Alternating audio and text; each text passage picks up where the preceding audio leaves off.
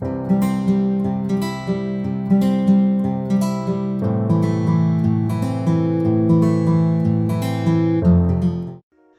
नमस्ते, welcome to our channel English worth. आज से स्टार्ट करेंगे वर्ब्स की सीरीज। एक फ्रेश प्लेलिस्ट है जिसमें आप वर्ब्स देखेंगे और उसके बाद टेंसेस कवर करेंगे हम।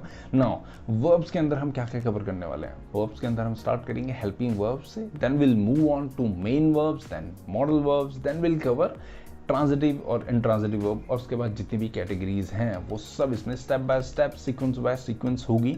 हर एक चीज़ का एक पर्टिकुलर पैटर्न है। आप मेन वर्ब्स और मॉडल वर्ब्स पहले सीखेंगे तो आपको हेल्पिंग वर्ब में बहुत ज़्यादा कन्फ्यूजन हो जाएगा। ठीक है, जितने भी कॉम्पिटेटिव एग्जाम है, CPO, CGL, MTS या CHSL, CDS जितने भी हैं, उनके पैटर्न से ही जितने भी लेक्चर होंगे वो कवर होंगे। इनफैक्ट आपको लैंग्वेज स्किल्स में भी बहुत ज़्यादा हेल्प करेगा। तो without wasting any time, let's start the basics. Basics क्या है? बेसिक वर्ब का मतलब है क्रिया। ठीक है, क्रिया को हम किस तरीके से डिफाइन कर सकते हैं? कोई भी एक्शन, मैन और मटेरियल का मूवमेंट, या फिर मेंटल और फिजिकल। अब फिजिकल मैंने ऑलरेडी बता दिया, मेंटल प्रोसेस, कोई भी चीज़, तो आप उसको किस कैटेगरी में डालोगे? एक्शन में डालोगे। जंपिंग, स्लिपिंग, थिंकिंग, कोई भी चीज़, हर एक चीज़ आपकी एक्शन में आएगी। नाउ जो चीज़ आपकी एक्शन में नहीं आती है, जैसे फॉर सपोज ईटिंग, स्लीपिंग, हमने ऑलरेडी बोल चुका है कि एक्शन है। Eating, sleeping, thinking, jumping, swimming, going, running, ये सारी आपकी क्या है? एक्शन है। ये आपकी एक्शन दिखा रही है कि आप कुछ कर रहे हो। ठीक है, या फिर कोई चीज़ हुई थी। ठीक है, तो ये सब आपकी किस में आ गई? एक्शन में आ गई। पर जो चीज़ आपके एक्शन में नहीं है उसको क्या बोलेंगे? उसको बोलेंगे स्टेट। किसी चीज़ का कहीं होना, उसको बोलते हैं, एक टर्म है स्टेट ऑफ बीइंग। ठीक है, तो उसको हम कैसे एक्सप्लेन करेंगे? स्टेट ऑफ बीइंग मतलब एग्जिस्टेंस, किसी का कुछ होना। एग्जिस्टेंस मतलब है होना, किसी का कुछ होना। ठीक है, और दूसरी चीज़ है प्रेजेंस, किसी का कहीं पे होना। मेरा यहाँ पे होना, आपका वहाँ पे होना, स्क्रीन के दूसरी तरफ, जाहिर सी बात है ना? तो ये सब चीज़ें किस में आएंगी? आपकी एग्जिस्टेंस में। स्थिति का होना, स्थिति के होने को बताएगी। ठीक है, एक्सप्लेनेशन हम देखेंगे पिक्टोरियल रिप्रेजेंटेशन में बहुत अच्छा। उससे पहले हम ये देख लेते हैं कि हम कवर कौन से टॉपिक को करने वाले हैं इसमें। Now main verb, helping verb, modal verb, 3 type की होती हैं। अब हम देखेंगे मेन वर्ब। मेन वर्ब वो होंगी आपकी जो आपकी एक्शन बताती है। Go, went, gone, eat, ate, eaten, like, liked, liked, इनकी फॉर्म्स होती हैं। First form, second form, third form. ज़्यादा कंफ्यूज नहीं होना, इस पर सेपरेट लेक्चर है, बहुत इन डेप्थ में पढ़ाया जाएगा, बहुत इन डेप्थ में हम पढ़ेंगे उसको। सेकंड चीज़ देखते हैं modal verbs, sorry helping verbs आपकी कौन कौन सी होंगी? टू बी, टू डू या टू हैव। इन तीनों को अभी हम इस लेक्चर में हम कंप्लीट करेंगे। ठीक है, मैंने टू बी लिखा है, अभी मैं बता देता हूँ एक्चुअल मतलब क्या है। Is, am, are, was, were, ये सब चीज़ें आपने सुनी होंगी। हम उसी चीज़ को यहाँ पे कवर करेंगे। टू डू मतलब डू, डज, डिड। हैव मतलब हैव, हैज, हैड। आ गया समझ में? बड़े आगे। मॉडल वर्ब बहुत ज़्यादा सुना है, can, could, may, might, shall, should, ये सब चीज़ें आपने बहुत अच्छी सुनी है, वो चीज़ हम बाद में कवर करेंगे। अब ये देख लेते हैं कि एक्शन वर्ब्स क्या है, थोड़ा सा आइडिया ले लेते हैं एक्शन वर्ब्स का, फिर उसके बाद हम हेल्पिंग वर्ब्स में बढ़ेंगे, ताकि आपको थोड़ा सा आइडिया रहे कि आपने आज इस लेक्चर में ये चीज़ें देखी थी। नाउ डांस, वॉच, आप स्क्रीन पे जितने भी एग्जाम्पल्स देखते हैं वो सारे एक्शन वर्ब्स में आते हैं। सबसे पहले देख लेते हैं जंपिंग, स्लीपिंग, ईटिंग, है ना? उसकी प्रेजेंट फॉर्म यूज़ करी है ईट। नाउ अगर जो मैं ING फॉर्म करूँगा तो ईटिंग, कोई चीज़ जो हो रही है उसको बोलेंगे ईटिंग। कंफ्यूज किसी चीज़ में नहीं होना। एक एक सेंटेंस फॉर्मेशन स्ट्रक्चर आपको स्टार्टिंग से बेसिक से बताई जाएगी। नाउ डांस, वॉच, विस्पर, किसी के कान में कुछ कहना या बहुत धीरे से कुछ चीज़ कहना। ठीक है, नाउ थिंक, पेंट, पोर, पोर मतलब कुछ चीज़, लिक्विड, पानी किसी एक से दूसरे बर्तन में डालना। सोना, स्वेट, सुई, झाड़ू लगाना, है ना? नेट मतलब बुनना, सुई मतलब आपका सिलाई करना। वेट, वेकअप, ऑल्दो वेट करने में आपको एक्शन नहीं लग रहा होगा, बट स्टिल वेट एक आपका क्या है? आपका किसी का इंतजार करते हो, वो भी एक्शन कैटेगरी में ही आएगा। वॉश, शेव, ये सब चीज़ें क्या आएंगी आपके एक्शन में। तो आई गेस पिक्टोरियल रिप्रेजेंटेशन में काफ़ी अच्छे से चीज़ें क्लियर हो गई होगी। अब मैंने बताया था एक्शन और स्टेट।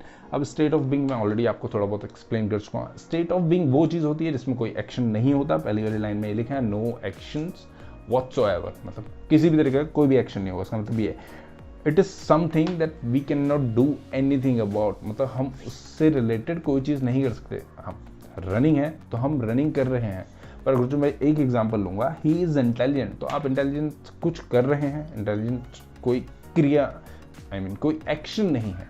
वो आपकी स्टेट बता रही है कि someone is intelligent, someone is dangerous, someone is curious, जिज्ञासु बोलते हैं जैसे, है ना। तो वो सब चीजें किसमें आ गई, स्टेट में आ गई। जैसे दिस इज अ बुक, ये एक बुक है ना। तो अब ये देखते हैं कि मैंने जैसे कलर कोडिंग करी है, इज दोनों में कलर कोडेड हो रखा है रेड कलर में, वो ये बता रहा है कि हम इस वर्ब को यूज कर रहे हैं, ये एक हेल्पिंग वर्ब है, इस वर्ब को यूज करने से हम किसी की स्टेट बता रहे हैं। आगे इन डेप्थ में देखेंगे इसका यूसेज कैसा है। जैसे intelligent is not something that you could do something about, तो हम उससे रिलेटेड कुछ नहीं कर सकते, है ना। अब आगे बढ़ते हैं, कुछ और एग्जांपल्स देख लेते हैं। पिक्टोरियल रिप्रेजेंटेशन, जो कि मेरा फेवरेट टॉपिक है हमेशा से। नाउ ये लग रहा है कि थोड़ा खुश है, जिसमें मैंने अभी मार्क किया, थोड़ा खुश है, ये लग रहा है थोड़ा सैड है, तो स्टेट बता रहा है ये एंग्री, जाहिर सी बात है।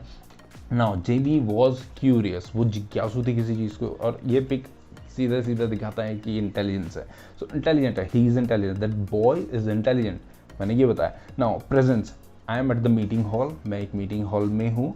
Now the cat is on the table, cat table के ऊपर है, तो मैं प्रेजेंस बता रहा हूँ उसकी कि वो चीज़ कहाँ है। Cat is under the table, वो कैट टेबल के अंदर बैठी, नीचे, उससे नीचे बैठी है, तो उससे बोलेंगे अंडर द टेबल।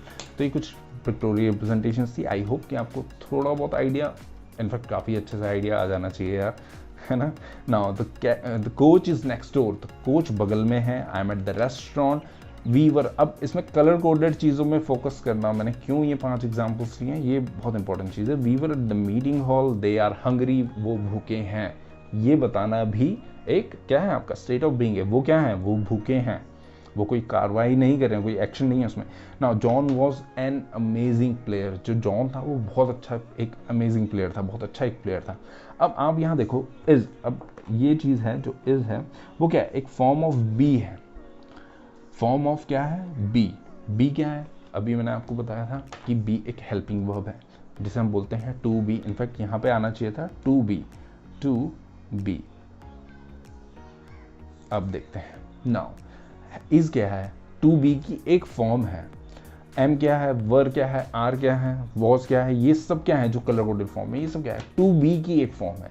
अच्छा, अब टू बी का मतलब क्या है, टू बी का मतलब ये है कि जो बी है, जो आपका वर्ब बी है, इसकी फॉर्म्स हो सकती हैं। प्रेजेंट फॉर्म हो सकती है, पास्ट फॉर्म हो सकती है, आईएनजी फॉर्म हो सकती है, प्रेजेंट पार्टिसिपल हो सकती है, फ्यूचर पार्टिसिपल। अब इसमें कंफ्यूज मत होना, बस आपने अगर जो वर्ड सुने तो आप रिलेट कर सकते हो, बाकी एक एक चीज़ आपको एक्सप्लेन करी जाएगी, डोंट वरी अबाउट दैट। उसमें बता रहा हूँ, जब भी हम बोलेंगे टू बी, तो इसका मतलब है इसकी फॉर्म्स के बारे में बात कर रहे हैं। उस फॉर्म्स में आपकी प्रेजेंट पास्ट फ्यूचर सब आएगा। अगर जो हम बोलेंगे टू डू, तो उसका मतलब है हम उसकी प्रेजेंट पास्ट दोनों फॉर्म्स के बारे में बात कर रहे हैं, फ्यूचर के बारे में बात कर रहे हैं, डू, डज, डिड या विल डू, है ना। तीनों फॉर्म्स आ गई आपकी। उसी तरीके से टू हैव के साथ भी मतलब हम उसकी सारी फॉर्म्स के बारे में बताना चाह रहे हैं, उसकी सारी फॉर्म्स के बारे में बता रहे हैं। अब आगे देखते हैं, is, am, are, was, were, ये हमने सारी चीज़ें इंक्लूड कर दी है इसमें। तो ये सारी चीज़ें क्या हैं, फॉर्म्स हैं, टू बी की फॉर्म्स हैं।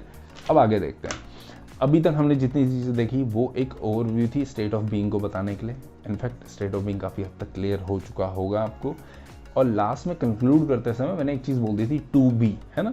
अब हम आगे बढ़ेंगे टू बी को आगे लेते हुए कि टू बी आया कहाँ से था, मैंने वो ओरिजिन आपको बता दिया कि टू बी यहाँ से आया है। स्टेट ऑफ बीइंग बताने के लिए हमने वो करा था। अब आगे देखते हैं टू बी क्या है, हेल्पिंग वर्ब है। अब हेल्पिंग वर्ब को हम देखते हैं कि किस तरीके से होगा।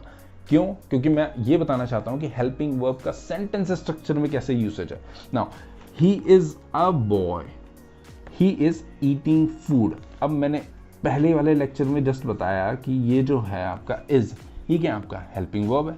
Is, am, are, was, were, be, being और बीन, ये तीन चीज़ें हैं। ये चीज़ें आपको अच्छे से बताई जाएगी कि बी, बीइंग क्या है, आईएनजी फॉर्म या आपकी present perfect form, perfect form में आता है बीन, ठीक है, थर्ड फॉर्म में आता है।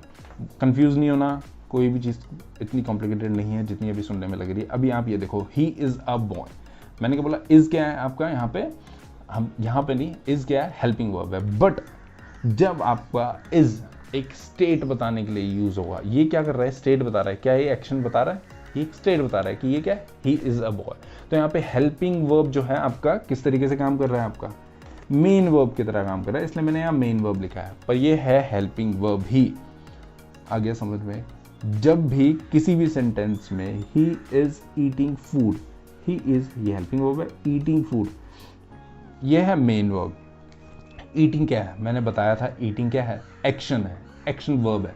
जब भी किसी सेंटेंस में, ये बहुत इंपॉर्टेंट चीज़ है जो मैं अभी आपको बता रहा हूँ, जब भी किसी सेंटेंस में सिर्फ और सिर्फ एक वर्ब हो और वो एक वर्ब आपकी हेल्पिंग वर्ब हो, तो उस हेल्पिंग वर्ब को क्या बोलते हैं हम, मेन वर्ब। क्या बोलते हैं, मेन वर्ब। बड़े आगे कुछ और एग्जांपल्स लेते हैं। नाउ अब एग्जांपल्स लेंगे दो कैटेगरीज में, helping verb, main verb. Now he is in the classroom, इसमें एक्शन वर्ब है नहीं है, तो इज क्या हुआ आपका, मेन वर्ब की तरह काम कर रहा है वो हेल्पिंग वर्ब पर वो करेगा मेन वर्ब की तरह काम। ही वॉज अ बॉय, तो वो एक he was an intelligent boy बोल देंगे यहाँ पे। ही वॉज अ बॉय, ऐसा नहीं है कि वो अब बदल चुका है, वो बॉय ही है। Now he was an intelligent boy, वो एक इंटेलिजेंट लड़का था। तो क्या उसमें एक्शन है, नहीं है, तो क्या है, स्टेट ऑफ बीइंग है। तो यहाँ पे वॉज किसकी तरह यूज हो रहा है, मेन वर्ब की तरह। ही is intelligent, I am good. तो मैंने आपको कुछ चीज़ें बता दी हैं, आई गेस आपको समझ में आएगा इज, एमर, वॉज और ING जो भी चीज़ें हैं वो कैसे यूज़ होगी आपकी। जब आपकी अकेले एक सेंटेंस में यूज़ हो रही है, उसके साथ आपका एक्शन वर्ब नहीं है, तो वहाँ पे क्या होगा, वो मेन वर्ब की तरह काम करेगी। कुछ और एग्जांपल्स देखते हैं अब जहाँ पे एक्शन वर्ब, हेल्पिंग वर्ब दोनों यूज़ हो रहा है। अब यहाँ पे देखते हैं, he is doing, he is going, I am playing. तो ये डूइंग, गोइंग, प्लेइंग क्या है, एक्शन वर्ब्स है। इनके साथ आपकी हेल्पिंग वर्ब यूज हुई है इज, एम। तो ये क्या है, ये हेल्पिंग वर्ब की तरह यूज हो रही है और ये सब मेन वर्ब की तरह यूज हो रही है। अब समझ में आ गया कि स्ट्रक्चर में हेल्पिंग वर्ब कहाँ आ रही है और मेन वर्ब कहाँ आ रही है। और हेल्पिंग वर्ब आपकी स्टेट ऑफ बीइंग में जब यूज होती है, वो अकेली यूज हो रही है। आ गया समझ में, बड़े आगे। नाउ अब स्टार्ट करते हैं मेन टॉपिक, जो हमारा मेन मुद्दा था। अभी तक जितनी भी चीज़ें थी बेसिक्स थी, ताकि आपको मैं यहाँ पे लाके और अच्छे से और चीज़ें अच्छे से बताऊँ। नाउ सेंटेंस स्ट्रक्चर मैंने आपको ऑलरेडी बता दिया, या तो हेल्पिंग वर्ब के साथ बनेगा, या तो मेन वर्ब के साथ बनेगा, या उसमें मेन वर्ब अकेली होगी। अब देखते हैं तीन कैटेगरीज देखते हैं। जब आप सिर्फ हेल्पिंग वर्ब यूज़ करोगे, तो मैंने आपको बता दिया था वो आपकी स्टेट ऑफ बीइंग बताएगी। आ गया समझ में, स्टेट ऑफ बीइंग ही बताएगी 99% केसेस में। नाउ अब जब हेल्पिंग वर्ब और मेन वर्ब यूज करोगे, मैं ऑलरेडी आपको जस्ट अभी पिछले वाली स्लाइड में बता चुका हूँ, he is going to London. तो यहाँ पे क्या बता रहा है, वो एक्शन बता रहा है, वो कहीं जा रहा है, राइट। अब जब सिर्फ मेन वर्ब यूज करोगे, तो आपका सेंटेंस क्या बताएगा, तब भी आपका एक्शन ही बताएगा। वो पास्ट का एक्शन, प्रेजेंट का एक्शन, कुछ भी हो सकता है। John went to London. आ गया समझ में। तो आपको मैं ये बताना चाह रहा था कि सेंटेंस तीन तरीके से फॉर्म होते हैं usually, helping verb, without helping verb, या हेल्पिंग वर्ब और मेन वर्ब। आ गया समझ में, बड़े आगे, ठीक है। नाउ अब सबसे पहले हम ये देखेंगे कि टू डू, टू हैव और टू बी की फॉर्म्स कितनी है और वो किस तरीके से यूज होने वाले हैं। ये देखो मैंने यहाँ पे लिखा है हेल्पिंग वर्ब। जब भी आपकी, जाहिर सी बात है, मेन वर्ब आपकी हेल्पिंग वर्ब आपकी मेन वर्ब के साथ यूज होगी, तो वो हेल्पिंग वर्ब ही रहती है, उसका स्ट्रक्चर हेल्पिंग वर्ब ही रहेगा। आगे देखते हैं अच्छे से कैसे यूज होगा। डू की form do, does, did. Did आपकी पास्ट में होगी। डू और डज कैसे यूज होता है वो आगे देखेंगे। हैव की has, have, had. Had passed में यूज होता है, अभी दोबारा बताएंगे आगे चल के। नाउ इज प्रेजेंट में, वॉज पास्ट में, इज का पास्ट हो जाएगा वॉज, एम का पास्ट भी वॉज ही होता है, आई एम, आई वॉज। आगे समझ में, आगे देखेंगे अच्छे से कैसे यूज होगा। आर का वर्ब हो जाएगा। अब ये देखते हैं कौन सी वर्ब के साथ यूज होगा। अब इसमें परेशान मत होना कि वर्ब कौन सी कैसे यूज होगा, अभी अच्छे से देखेंगे इसको। वर्ब फर्स्ट फॉर्म गो, जैसे गो फर्स्ट फॉर्म होगी। ईट, आप ईट से समझ लीजिए, eat, ate, eaten. Eat first form, ate second form, eaten third form. मैं इसको एग्जांपल लेके चलता हूँ। ईट फर्स्ट फॉर्म आ गया हमारी, ठीक है। थर्ड फॉर्म में क्या आएगी, ईटन। क्या आएगी, ईटन। अगर जो गो का एग्जाम्पल लूँ तो गो, वेंट, गॉन। गॉन क्या है आपकी थर्ड फॉर्म है। इसमें परेशान नहीं होना, इसके एग्जाम्पल्स बहुत अच्छे से मिलेंगे, सारे डाउट्स क्लियर हो जाएंगे। अब ये देखते हैं ING form, going, eating, sleeping, swimming, कुछ भी आ सकता है, उसको बोलते हैं कंटिन्यूअस टेंस और कंटिन्यूअस टेंस में। आगे देखते हैं कुछ एग्जाम्पल्स और अच्छे से देखते हैं। मैं किन टेंसेस की बात कर रहा था, मैं किन वर्ब फॉर्म्स की बात कर रहा था। ये ऑलरेडी कवर हो चुका है, do, does, did, has, have, had, is, am, are, was, were. Alright, मैंने लिख लिया वर्ब की फर्स्ट फॉर्म गो या फिर ईट, खाना। वर्ब की थर्ड फॉर्म गो, वेंट, गॉन, ठीक है। उसके ईट, एट, ईटन।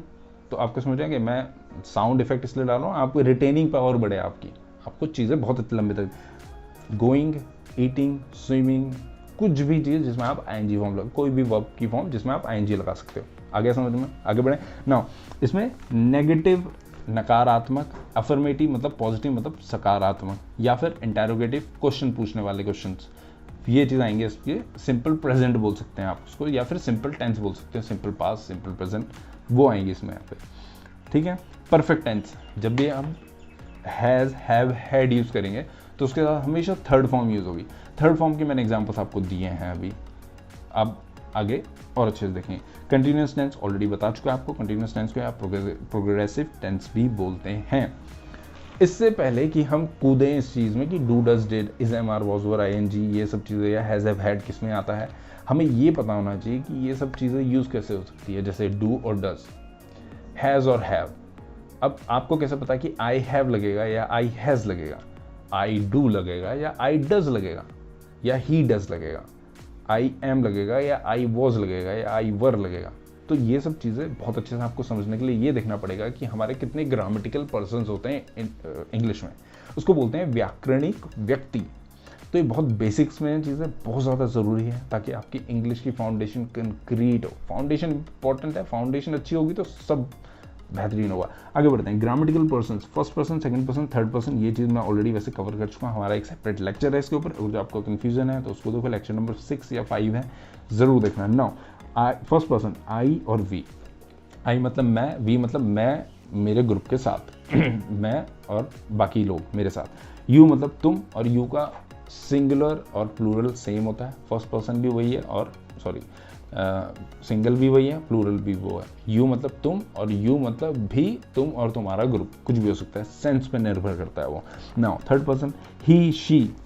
ही लड़का, शी लड़की, और कोई नेम मतलब जॉन, सीता, रीता, किसी का भी नाम ले लो, वो थर्ड पर्सन में ही आएगा हमेशा। जॉन इज लुकिंग गुड, तो मैं उसकी बात कर रहा हूँ जो थर्ड पर्सन है। मैं किसी को बता रहा हूँ कि थर्ड पर्सन कैसा है। नाउ इट, निर्जीव, और दे मतलब प्लूरल। जब आपका थर्ड पर्सन का प्लूरल लेंगे तो वो दे में आएगा। फर्स्ट पर्सन का प्लूरल वी होगा। आ गया समझ में? बड़े आगे सिंगुलर प्लूरल को देखते हैं। अब इसमें कलर कोडिंग भी ध्यान देना, मेरे को कलर कोडिंग करने में टाइम लगता है, इसीलिए लगता है ताकि मैं आपको अच्छे से चीज़ें समझा सकूं, ठीक है। तो सिंगुलर में मैंने क्या चीज़ें डाली है, आई, ही, शी, इट। अभी दोबारा बोलता हूँ, आई, ही, शी, इट, ये सब आपके सिंगुलर में है, ठीक है। सिंगुलर और प्लूरल में बहुत ज़्यादा फर्क है do, does, has, have, is, am, are, was, were को यूज़ करने में। आगे समझ में? Now I, you colour coded है। यू भले ही सिंगुलर और प्लूरल में दोनों में आता है, बट मैंने कलर कोडेड क्यों करा है उसका एक रीज़न है, अभी बताता हूँ। प्लूरल में कौन सा है? वी, इसका प्लूरल है, मैंने अभी बता दिया था। इसका प्लूरल है दे। आ गया समझ में कि प्लूरल और सिंगुलर में क्या है। अब मैंने यू इसलिए काटा है कि यू भले ही आपका सिंगुलर में काउंट होता है, बट इसके साथ हमेशा आपकी वर्ब जो है हमेशा क्या यूज होगी, आपकी प्लूरल वर्ब यूज होगी। कैसे? You have, you do, you does नहीं आएगा, यू हैज नहीं आएगा। सो ये चीज़ आप, यू आर आएगा हमेशा, यू इज नहीं आएगा। तो ये सब चीज़ें हैं, ये तीन चीज़ मैंने आपको जो बताई उसके वजह से हम इसको प्लूरल कैटेगरी में ही यूज़ करते हैं, मतलब प्लूरल वर्ब की कैटेगरी में ही यूज़ करते हैं हम इसको। आगे समझें, मैंने नीचे एग्जाम्पल्स लिखे हैं। आई एम आएगा, आई वॉज आ सकता है, ही, शी, इट, इज या वॉज आ सकता है, बट यू के साथ हमेशा आर आएगा। ये इसी वजह से मैंने लिया था। कलर कोडेड बहुत हेल्प कर रहा है, आई गेस बहुत हेल्प करता है। सो अब आगे बढ़ते हैं, यहाँ तक समझ में आ गया, बढ़े आगे। अब इंपॉर्टेंट चीज़ है नाउ, डू, डज, डिड, इसका मतलब क्या है? किया या करता था या करता है या करना है, कुछ भी चीज़ें, ये सब जितने एग्जाम्पल्स ये सब do, does, do, does, did बताते हैं। अब सबसे इंपॉर्टेंट चीज़, मैं डिड को सबसे पहले ले लेता हूँ। क्यों? डिड बहुत आसान है समझना। आई के साथ भी डिड आएगा, we, you, they, Ram and Shyam, he, she, it, सबके साथ प्लूरल हो, सिंगुलर हो, प्रेजेंट में हो, पास्ट में हो, फर्स्ट पर्सन हो, सेकंड पर्सन हो, थर्ड पर्सन हो, सबके साथ डिड आएगा। पास्ट की बात करी जाए तो जब मैं बोलूँगा आई डिड समथिंग या ही डिड समथिंग या दे डिड समथिंग, मतलब उन्होंने कुछ किया था। आगे समझ में? या करता था। आगे समझ में? अब देखते हैं डू का फॉर्म। डू कहाँ यूज़ होगा? मैं ऑलरेडी बता चुका हूँ, जब भी आपका डू आएगा तो आई डू, ये हमेशा प्लूरल फॉर्म बोली जाती है वर्ब की। जब भी वर्ब अपने बेस फॉर्म में होती है तो वो प्लूरल फॉर्म में होती है। जब भी वर्ब अपने बेस फॉर्म में नहीं होती, मतलब जब हम उसको सिंगुलर में बनाते हैं तो हम उसको ई एस और ई एस में बनाते हैं। आ गया समझ में? बढ़े आगे। ना आई के साथ डू आएगा हमेशा। वी, यू, दे, या फिर एक से ज़्यादा जब लोग होते हैं, मैं राम एंड श्याम इसलिए यूज़ करा है, वो एक से ज़्यादा दो लोग हैं, तब हम डू यूज़ करेंगे, या मोर देन वन थिंग, तब भी डू आएगा। आगे समझ में? डज कहाँ पे आएगा? सिंगुलर थर्ड पर्सन में डज आएगा हमेशा, सिंगुलर थर्ड पर्सन में डज आएगा। आ गया समझ में? He does, she does, it does, या फिर Ram does, Sophia does, Sita does, किसी का भी आप नाम ले लो, कोई भी नाम होगा तो वहाँ पे डज यूज आएगा, डज होगा। बहुत एग्जाम्पल्स हैं, एग्जाम्पल्स देखते हैं आगे। अच्छा, मैंने बताया था डू डज दिस 3 तरीके से यूज होगा, अफर्मेटिव सकारात्मक, नेगेटिव नकारात्मक, उसके बाद इंटेरोगेटिव क्वेश्चन आंसर्स, क्वेश्चंस पूछने के तरीके में। अच्छा, हर एक चीज़, हर एक वर्ब आपका मेन वर्ब और हेल्पिंग वर्ब की तरह यूज होगा। डू डज डिड आपका हेल्पिंग, डू डज डिड, बार बार इसमें डिज हो जा रहा है, ठीक है? तो ये आपका हमेशा हेल्पिंग वर्ब और मेन वर्ब में दोनों में यूज होगा। अब हम हर एक का मेन वर्ब के कुछ एग्जांपल्स लेंगे जस्ट रेफरेंस के लिए कि भाई ये मेन वर्ब में कैसे यूज हो रहा है और हेल्पिंग वर्ब में कैसे यूज हो रहा है, ठीक है? अब एग्जांपल्स देखते हैं। अब एग्जांपल बहुत ध्यान से देखना, मैं जो बोलूँगा उस पर फोकस करना। आई डू माई वर्क, समझ में आ गया? We do our work, they do their work. तो मैंने 3 सेंटेंसेस एक ही में यूज कर रहे हैं ताकि आपको यूसेज बहुत अच्छे से समझ में आए। आप इसको 3 सेंटेंसेस अलग अलग लिखना, ठीक है? He does his work, she does her work, it does it's work. Fan की बात कर सकते हैं हम, जैसे निर्जीव है, fan does it's work very well, तो अपना काम बहुत अच्छे से करना जानता है फैन खुद, ठीक है? बस आपको स्विच दबाने की देरी है, ठीक है? Ram does his work, Sita does his work, name के कॉन्टेक्स्ट में बता दिया कि कोई नेम आएगा। नाउ अब पास्ट की बात करें, पास्ट के साथ I, we, they, he, she, it, Ram, Sita, जिसका भी नाम ले लो डिड सेम रहता है। My work, our work, their work, his work, her work, ये मैं ऑलरेडी आपको एक्सप्लेन कर चुका हूँ। तो मेन वर्ब में डू डज डिड का कैसे यूज होगा वो आपको पता चल गया। ये आपकी क्रिया बता रहा है, सेम सिंपल सी बात है, एक्शन बता रहा है। नाउ अब ये देखते हैं अफर्मेटिव। अफर्मेटिव इतना मुश्किल नहीं है, इनफैक्ट डू डज डिड को समझना तीनों ही मुश्किल नहीं है। अगर जो आपने अभी तक जो पढ़ाया है वो आपको समझ में आ गया होगा ना। अफर्मेटिव सकारात्मक, जैसे मैंने बोला आई ईट, I sleep, I go, I went, कोई भी चीज़ आप बोलो जो आपका पॉजिटिव सेंस में हो, जो आप कर रहे हैं। और नकारात्मक है जो आप चीज़ नहीं कर रहे हैं, नहीं करी थी, कुछ भी बोल सकते हैं आप उसको। आ गया समझ में? तो आई ईट, मैं खाता हूँ, ठीक है? तो ये सारी चीज़ें किसमें होगी। बट इसके साथ मैं आपको जो सबसे इंपॉर्टेंट फंक्शन है वो बताना चाह रहा हूँ, जो यहाँ पे एम्फेसिस मैंने लिखा है, एम्फेसिस मैंने लिखा है, 2 जगह लिखा है मैंने इसको। तो उसमें जोर डालने वाली चीज़ वो कैसे यूज़ करते हैं, एक अट्रैक्टिव इंग्लिश लैंग्वेज स्ट्रक्चर भी है उसका, वो मैं आपको बताता हूँ। फॉर सपोज किसी ने बोला कि यू डोंट ईट मच, आप काफ़ी पतले हो, यू डोंट ईट मच, तो वो परेशान होकर ही बोलेगा यार मैं खाता तो हूँ। तो उसको आप इंग्लिश में कैसे बोलोगे, यार I do eat a lot, या फिर आई डू ईट, मैं खाता तो हूँ। आप इस तरीके से बोलोगे। फॉर सपोज आप स्कूल में गए, टीचर ने आपके पेरेंट्स को ये बोला कि आपका बच्चा तो पढ़ता ही नहीं है, तो आपके माँ बाप ने ये बोला कि नहीं है, वो पढ़ता तो है, ही डज स्टडी, या फिर ही डज स्टडी अलॉट, वो बहुत ज़्यादा पढ़ता है। और जो किसी के पेरेंट्स बहुत ज़्यादा विश्वास करते हैं कि हाँ ये रूम लॉक करके अपने घर में आराम से बहुत ज़्यादा पढ़ रहा है, तो वो इसी तरीके से बोल रहा है ही डज या शी डज। या फिर अगर जो उनके एक से ज़्यादा बच्चे हैं, दे स्टडी अलॉट, आ गया नहीं sorry, they do study a lot. अगर जो प्लूरल की बात करी जाए, सिंगुलर की ही डज स्टडी, आ गया समझ में? एक और एग्जांपल ले लेते हैं, the door is not lock. For suppose आप घर से बाहर निकले, आप वापस आए और आपने अपने भाई से बोला था जाते समय, या बहन से बोला था जाते समय कि डोर को लॉक कर देना, और डोर लॉक नहीं था जब आप वापस आए। तो आप ये बोलोगे यार the door is not locked, तो आपका भाई या बहन डर के मारे ये जरूर बोलेगा, अगर जो उसने सच में किया होगा तो वो ये बोलेगा I did lock the door. आ गया समझ में? I did lock the door.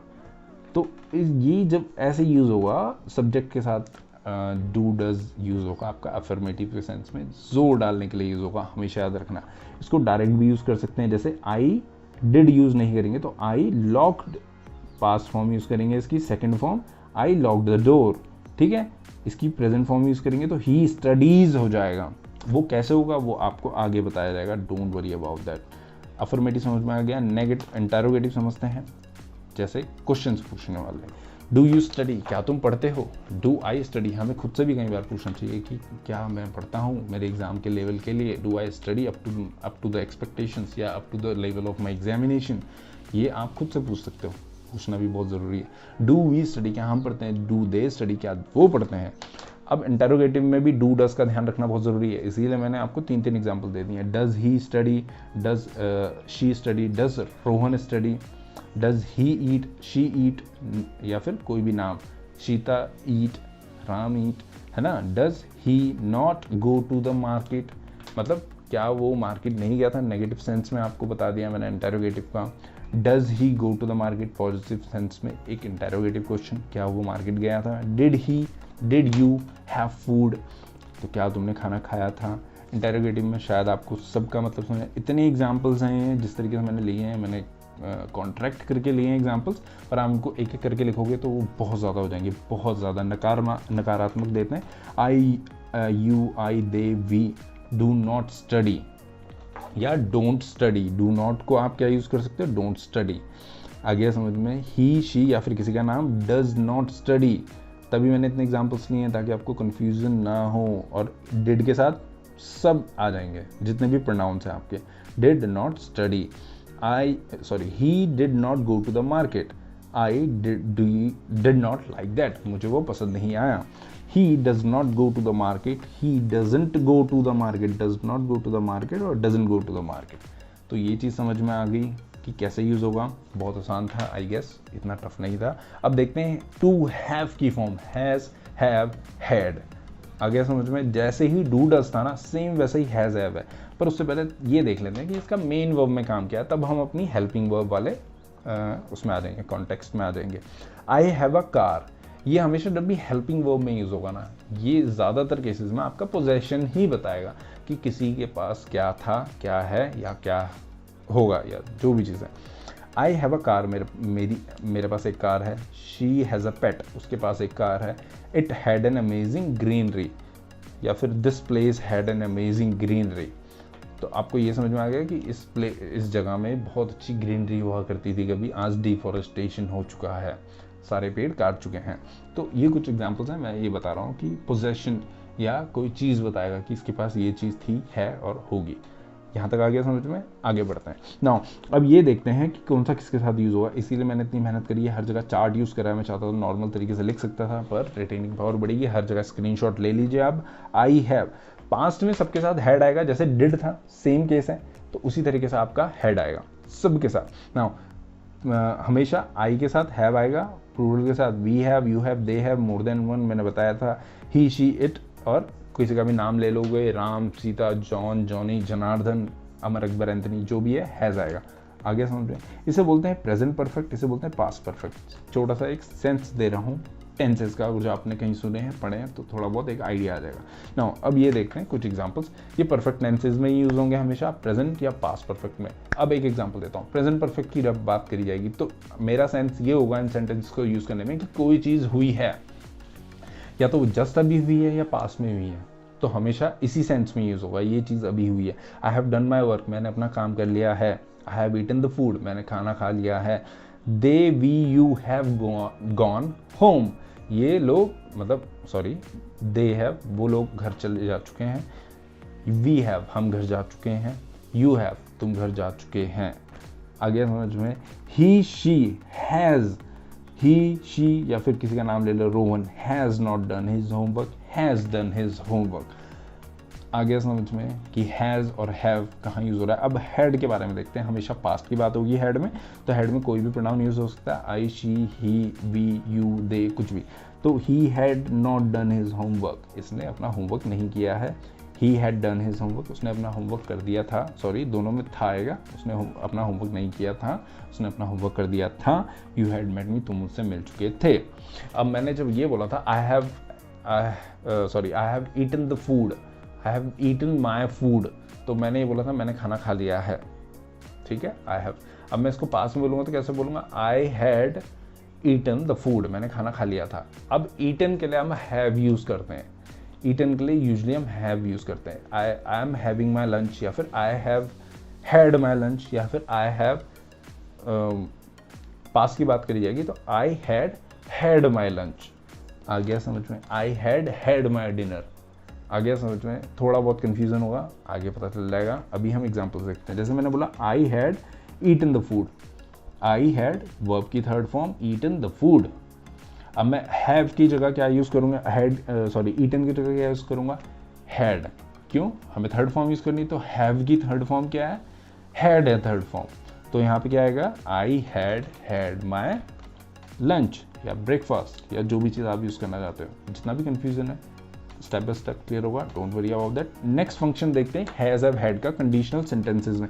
अब सबसे इंपॉर्टेंट चीज, कंडीशनल सेंटेंसेज कितने टाइप के होते हैं? 0 1 2 3 टोटल मिला के आपके इतने कंडीशनल सेंटेंसेज होते हैं। इसके ऊपर सेपरेट लेक्चर होगा क्योंकि ये कॉम्प्लिकेटेड है, बट स्टिल क्योंकि आपका be forms to have forms में आपको बताना है तो थोड़ा बहुत आइडिया देता हूँ। ये जब भी यूज होगा ये पास्ट अनरियल कंडीशंस के लिए यूज होगा, मतलब ये वो चीज़ थी जो हो सकती थी तो ये चीज़ हो जाती। अगर आप मेरे पास आए होते तो मैं आपकी मदद कर देता, अगर जो मेरे पास इतना पैसा होता तो मैं आपसे पैसा मांगता ही नहीं। तो ये वो चीज़ बता रहा है, अगर जो ये चीज़ हुई होती तो ये चीज़ मैं नहीं करता या ये चीज़ नहीं होती। आ गया समझ में? एक एग्जांपल देखते हैं। If you had come to me I would have helped you. तो अगर जो तुम मेरे पास आए होते पर तुम आए नहीं ना, तो मैं तुम्हारी हेल्प कर देता, पर मैं कर नहीं पाया।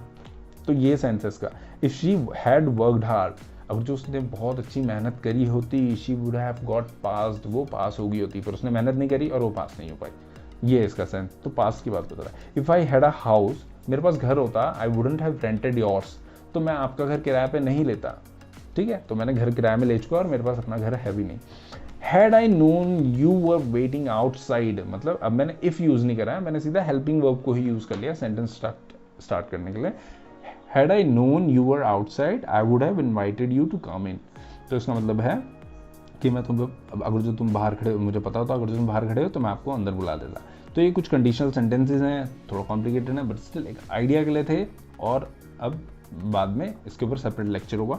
To be form is am are was were, ये हम ऑलरेडी 3-4 बार कवर कर चुके हैं, तो इसमें ज़्यादा ध्यान देना नहीं है, ज़्यादा ध्यान देने की ज़रूरत नहीं है। आई मीन अब ये देखते हैं कि कैसे कैसे आई जो है वो थोड़ा स्पेशल है इसमें। जैसे हर जगह हम वी यू दे की फॉर्म्स और आई की फॉर्म सेम हो रही थी ना, जैसे आई डू वी डू हो रहा था, दे डू हो रहा था, है ना। उसके हैव के साथ आई हैव या we have, they have, you have same हो रहा था। बट इसमें थोड़ा चेंजेस है। इसमें क्या है, आई के साथ एम लगेगा, इसके लिए स्पेशल चीज़ ले आया, इसकी स्पेशल डेजिग्नेशन है भाई, तो इसको अलग से कुछ देना पड़ेगा हमें। तो आई एम होगा हमेशा, और पास में आई वॉज। अब इसमें भी पास में सारी चीज़ें चेंजेस हैं, तो वो आपको देखना पड़ेगा। आर का वर हो जाता है, ही शी इट इज का वॉज हो जाता है, और एम का भी वॉज हो जाता है। तो इसमें दो चीज़ कॉमन है, आई का वॉज और ही शी इट का वॉज। अब आ गया समझ में? अब आगे बढ़ते हैं। जैसे आपको ये बोलना है, मैंने बोला ये बी की फॉर्म है, बी का मतलब है होना या हो। अब वो किस सेंस में यूज होगा वो अब देखते हैं। जैसे मुझे ये बोलना है कि आई एम हैप्पी, मैं खुश हूँ, तो क्या मैं ये बोलूँगा आई बी हैप्पी? नहीं, यहाँ पे हमें क्या यूज़ करना पड़ेगा, एक सेपरेट बी की फॉर्म यूज़ करनी पड़ेगी। जैसे फुटबॉलर कैन बी डेंजरस, तो यहाँ पे कैन के बाद क्या है, बी की फॉर्म आई, तो यहाँ पे डायरेक्ट फॉर्म बी की आ गई। पर ज़रूरी नहीं है कि हर जगह हम डायरेक्ट फॉर्म बी की यूज़ करें। इसी वजह से हमने कुछ कैटेगरीज बनाई हैं बी की। वो कैटेगरीज क्या है, बी हमारी बेस फॉर्म हो गई, प्रेजेंट की बात करी जाएगी तो इज हो गया, एम हो गया, पास्ट की बात करी जाएगी तो वॉज और वर हो गया। तो इस तरीके से हमने कुछ कैटेगरीज बनाई है। अब हम कैटेगरीज के हिंदी मीनिंग देखते हैं। इसका मतलब है, एम का मतलब हो गया हूँ, आई एम सैड, मैं दुखी हूँ, आई एम हैप्पी, मैं खुश हूँ। अब बोलूँगा ही इज़ हैप्पी, वो खुश है। अब उसी तरीके आर की बात बोलेगी तो वो खुश हैं, वो खुश हैं। अब समझ में आ गया? तो इसलिए है का और पास में वो खुश था, he was happy, they were happy, वो खुश थे। तो हिंदी मीनिंग ये है, इनके कुछ एग्जाम्पल्स नहीं है। बी इज अ कॉन्सेप्ट और इज एम आर उसकी कैटेगरीज हैं, ये मैंने ऑलरेडी बता दिया। अब जब भी है आपका हेल्पिंग वर्ब आपका अकेले यूज होगा, जैसे इसमें यूज हुआ है स्टेट और एग्जिस्टेंट, स्टेट और एग्जिस्टेंट, प्रेजेंट में इज एम आर, पास्ट में वॉज और वर, तब हमेशा क्या करेगा ये आपका, जब भी स्टेट और एग्जिस्टेंस आएगा तो मतलब स्टेट ऑफ बीइंग है और वो वहाँ पे अकेले यूज हो रहा है, वहाँ पे कोई भी आपकी हेल्पिंग वर्ब, सॉरी आपकी मेन वर्ब नहीं है। तो यहाँ पे ये मेन वर्ब की तरह यूज हो रहा है। मैं यहाँ पे लिखना भूल गया, जैसे मैंने बाकियों में बताया था वैसे ही इसमें भी ये मेन वर्ब की तरह होगा। हैज़ और हैव में मैंने पोजेशन वाला मेन वर्ब बताया था, डू डज डिड का मैंने आपको मेन वर्ब में बताया था, उसी तरीके से ये भी है। तो कुछ एग्जाम्पल्स देखते हैं, ऑलरेडी हम कवर कर चुके हैं, तो आपके रेफरेंस के लिए आपके कुछ एग्जाम्पल्स होंगे। मेरा पेन गुम हो गया है और उसी तरीके से इसमें टाइम लग सकता है, ठीक है ना। तो he is sad, he you are a doctor, we are your friends. तो ये चीज़ क्या बता रहा है, इसमें एक्शन नहीं है, ये प्रेजेंट हो गया और ये पास्ट में हो गया आपका, ठीक है। तो आप जितने भी एग्जाम्पल्स हैं इनका बेसिक स्ट्रक्चर क्या होगा, subject plus is am are plus object या वॉज वर प्लस ऑब्जेक्ट। आपको समझ में आ गया? बहुत आसान है ये चीज़ समझना कि स्टेट ऑफ बीइंग बता रहा है, स्टेट और एग्जिस्टेंस। अब is am are was were I N G, अगर जो आपको बहुत अच्छे से मैंने स्टेट अभी चैप्टर में बता दिया है टेबल फॉर्म में, तो आपको इनमें कोई भी कंफ्यूजन नहीं होने वाला है। ये कंटिन्यूस टेंस या प्रोग्रेसिव चीज़ें बताते हैं। कंटिन्यूस मतलब जो चीज़ चल रही है। She is reading her lesson, वो अपना लेसन पढ़ रही है। आई, शी, ही, आई एम होगा, ही और शी मैंने गलत लिख दिया। जब भी आई एम होगा तो आई एम किसी और चीज़ के साथ नहीं आता, सिर्फ आई के साथ आएगा। I am teaching you, he और शी इज टीचिंग यू आएगा। She is not dancing, he is not dancing, हमेशा याद रखना। What are you doing, what are you doing, जब भी यू के बारे में होगा, इंटेरोगेटिव सेंस की बात आ गई यहाँ पे, तो यू के साथ आर आएगा, ठीक है। So they are not dancing, they are not doing homework, they are not doing homework. Are you learning, are के यू के साथ आर आएगा। आर यू नॉट लर्निंग, ये नेगेटिव सेंस में आ गया आपका interrogative question. What are you learning, ये आपका आ गया इंटेरोगेटिव केस में अगेन कि तुम क्या पढ़ रहे हो। आ गया समझ में। और एग्जांपल्स देखते हैं। जब यूज ऑफ वॉज और वर होगा पास्ट कंटिन्यूअस टेंस में, उसके कुछ एग्जांपल्स देख लेते हैं। She was reading her lesson, हमारा मेन मोटिव यही है कि आपको ये पता होना शी और इज के साथ इज और वॉज आएगा आपका, प्रेजेंट में इज, पास्ट में वॉज। आगे समझ में। इट के साथ इज, ठीक है, इट वर नहीं होगा कभी। अच्छा, I was watching TV yesterday, he was watching TV yesterday, she was watching TV yesterday. We were having breakfast, lunch, dinner मैंने बताया था। ईटिंग को हैविंग बोल सकते हैं आप। What were you doing, was he playing, तुम क्या कर रहे थे, क्या वो खेल रहा था। अब अगेन इसमें प्रेजेंट अनलाइकली कंडीशन, जो चीज़ होती नहीं है, उसके बेसिस में कंडीशनल सेंटेंसेस बनते हैं इज एम आर वॉज और वर के। पर हम यूज क्या करेंगे, आई के साथ वर। अब ये चीज कंडीशनल सेंटेंसेस में इसीलिए बताई थी मैंने हैज और हैव में, क्योंकि मैं आपको आई के साथ वर की कंडीशन बताने वाला था। वो कहाँ यूज होगी, वो सिर्फ कंडीशनल सेंटेंसेस में होगी, जो अनलाइकली कंडीशन सेंटेंसेस है वो हम देख लेते हैं इसमें। मैं जब आई के साथ वर यूज करूंगा तो मेरा कहने का मतलब ये है कि क्या मैं होता, तो मैंने कुछ हिंदी में लिखा है इसमें, अगर मैं या तुम या वह होता, मतलब मेरी जगह तुम होते या तुम्हारी जगह मैं होता, तो मैं इस सेंटेंसेस को, इस संदर्भ को एक्सप्लेन करूंगा इस तरीके से। अब मैं ये बोलूंगा, if I were you I would Mary that girl. अगर जो मैं तुम्हारी जगह होता तो मैं उस लड़की से शादी कर लेता। If I were you I would join the coaching centre, I would start studying. कुछ भी चीज़ आप बोल सकते हैं। मैं तुम्हारी जगह होता तो ये करता, मैं तुम्हारी, हम बोलते हैं ना अक्सर ये बहुत ज़्यादा, तो अगली बार से उसको इंग्लिश में बोलने की कोशिश करना। जैसे if I were the CM of Uttarakhand या Delhi I would give job to everyone. Now गला सूख गया है, इस वजह से थोड़ा फंबल हो रहा है। If I were a rich man, अगर जो मैं एक रिच मैन होता, I would do more charity, मैं बहुत ज़्यादा और ज़्यादा चैरिटी करता। पर ना तो मैं सीएम हूँ कहीं का, ना तो मैं अमीर आदमी हूँ, मैं बस कह रहा हूँ कि ऐसा होता तो।